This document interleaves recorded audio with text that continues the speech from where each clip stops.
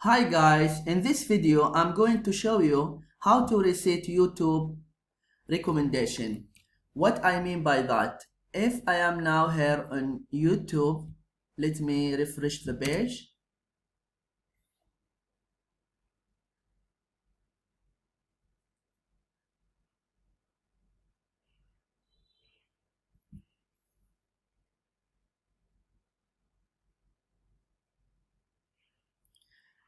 YouTube recommend those videos on my page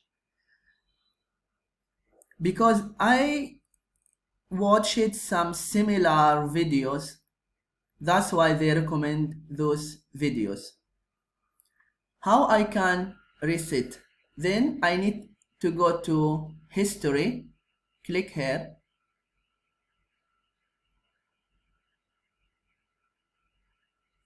and then I click clear all watch history.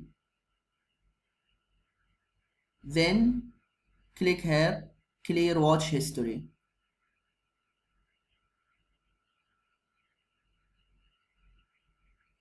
Yeah, this is what you need to do.